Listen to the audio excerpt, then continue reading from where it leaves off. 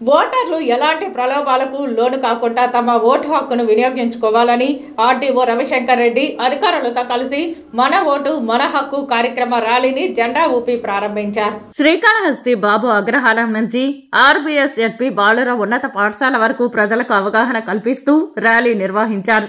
ఈ కార్యక్రమంలో ప్రభుత్వ ఉద్యోగులతో పాటు నూతనంగా ఓటు నమోదైన యువత ఓటర్ల అవగాహన ర్యాలీలో పాల్గొన్నారు.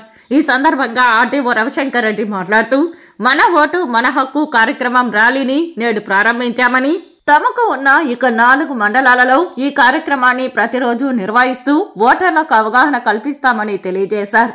ఓటు హక్కు కలిగిన ప్రతి ఓటరు తమ ఓటును వినియోగించుకోవాలని అన్నారు.